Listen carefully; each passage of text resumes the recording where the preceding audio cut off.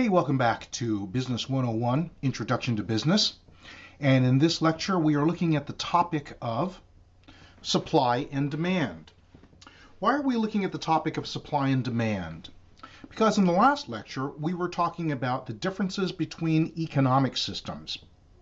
And we made the comment that when we consider market-based economies, that market-based economies function based upon the well-known principle that the market mechanism itself will end up making allocation decisions regarding how much quantity of a particular good or service that providers will provide to the marketplace, and consumers will bring the amount of demand they have for that product or service, and therefore the market itself will end up making allocation decisions about amount and where to allocate outputs to individuals and organizations.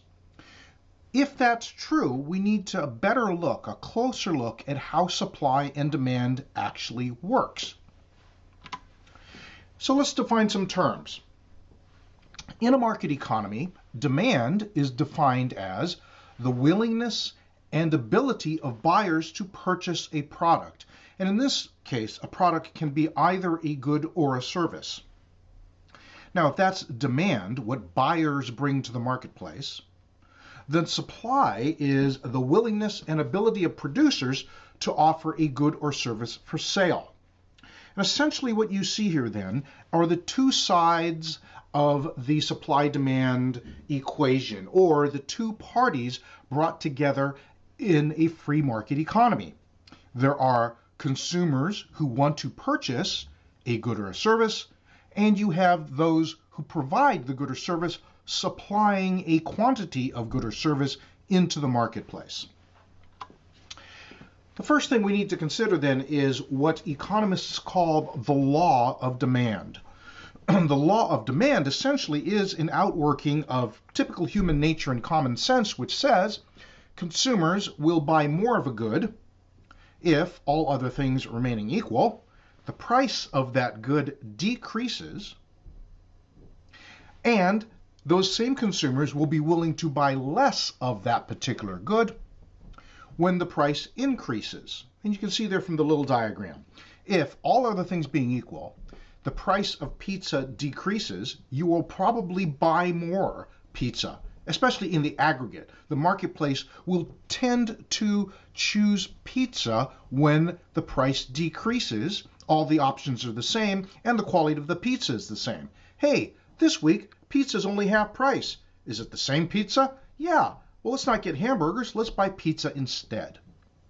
That's what happens on the left hand of the slide. On the right hand of the slide, what happens when the price increases? Well, I think you know that very well, right? If in the marketplace you say, hey, I am hungry, I could buy a hamburger, I could buy a taco, or I could buy a pizza. Let's go get a pizza. Whoa, wait a minute. The price, for some reason, the price of pizza is now double what it was last week. When price increases, all other things being equal, quality remaining the same, all my options out there the same, well, then I'll probably choose to buy something else rather than this now expensive pizza. And therefore, in the aggregate, the quantity of demand for pizza decreases. When price decreases, quantity demanded goes up. When price increases, quantity demanded decreases. And if we plot that onto a graph, and you can see here, price on the vertical axis and the quantity demanded on the horizontal axis, you see the typical angular demand curve. When price is very high, the quantity demanded is very low, and when the price drops to very low, the quantity demanded increases to very high. This is, in essence, just simply a graphical representation of common sense in the marketplace, when consumers have the freedom to choose and have a whole set of different options to fulfill a particular need or want. Now, that is a consideration from the buyer's side, from the consumer's side. Let's consider the supply side, the producers of that good or service. The law of supply which again is simply sort of the outworking of common sense. Suppliers will offer more of a good when the price increases, and they will tend to offer less when price decreases. Now consider our pizza example. Let's say that all other things being equal and the cost of pizza dough and sauce and ingredients, all of that's the same. If in the marketplace price, what I can sell my pizza for, increases, well, as a pizza maker, I'm going to want to sell more pizzas because I'm getting more profit for every pizza. Hey, I'll offer more out there. However, if the price for pizza, what generally speaking the market is willing to pay for pizza, when the price decreases, I'm going to tend to offer less because I'm not making as much money. In fact, I'm going to sell much less, I'm going to make less, and if this continues over time, I may find something else to make with my talents and skills rather than pizza because I don't get as much per pizza. So what does this look like when we plot this on a graph? Well, you can see on this slide the same thing. If I have on the vertical axis price going from low to high as we increase, we go higher up on the graph, and quantity supplied from very low to very high in the horizontal axis there, then you see there when the price is very low, suppliers will tend to produce a smaller quantity, and when price is higher, you will tend to get more quantity supplied to the marketplace. Now, when we put these two things together, the supply curve you see before you and the demand curve from a couple of the slides back, what do we get? We plot them together and we get the supply and demand curves. The demand curve, you see that labeled with the D sloping downward, and the supply curve that we just saw on the previous slide sloping upward, labeled with an S.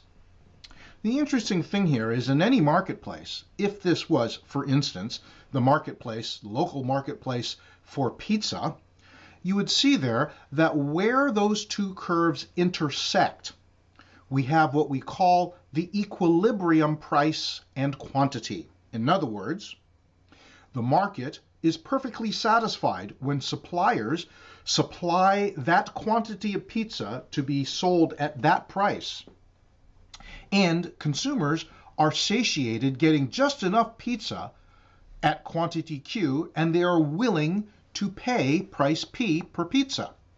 Everyone is happy and the market is in equilibrium. Sure, consumers would love to have pizza available at the same type, same quality pizza at a lower price, but at any lower price, suppliers are unwilling to provide any more. There's just not enough in it for them. Whereas for suppliers would love to see the price go higher, and they would supply more pizza if the price was higher. However, consumers are unwilling to buy any more pizza if the price goes higher. In fact, if the price goes higher, they'd be willing to pay to purchase less pizzas rather than more. And so it is at the equilibrium point where everyone's happy. Now, the discussion really is, and the implication of this really is, in a free market economy, suppliers will, over time, experiment with what quantity of products to present to the marketplace. And when they are left at the end of the period with a surplus, they realize, I'm providing too much at this price, or maybe I'm charging too much. And consumers, the same kind of thing.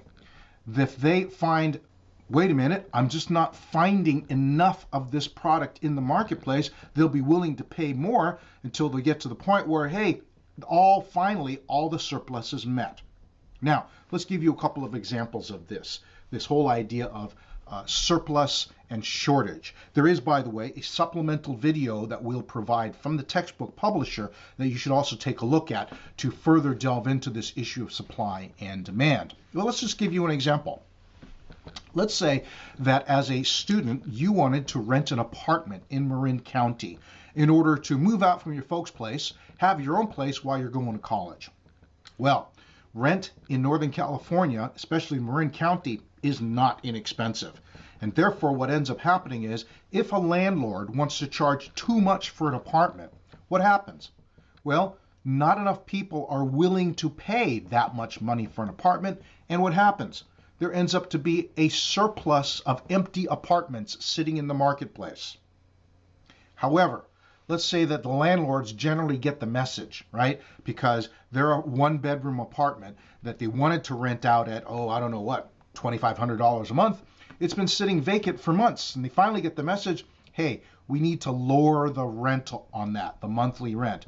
To which point, many landlords with vacancies end up lowering the price to a point that's affordable. Now more college students are willing to rent one-bedroom apartments to the point that maybe, hey, wait a minute, all the vacant apartments are now gone because we've reached the equilibrium price. In fact, it's gotten to the point now where we have a shortage. Prices are so low, perhaps, that not only are all apartments taken, but there's more college students who are willing to rent an apartment if they could simply find one available. That means that over time, some landlords will get that message and gradually raise their price until what? Until we reach in that market an equilibrium quantity and an equilibrium price. This is generally how the law of supply and demand works in what economists call a perfectly competitive marketplace.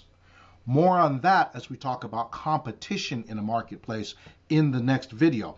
But for now, this is introducing you to the concept of supply and demand. I hope this was helpful. There's more in the textbook, and as I mentioned, there's also a supplementary video on this topic for you to take a look at. Hope this was helpful. We'll see you in the next video.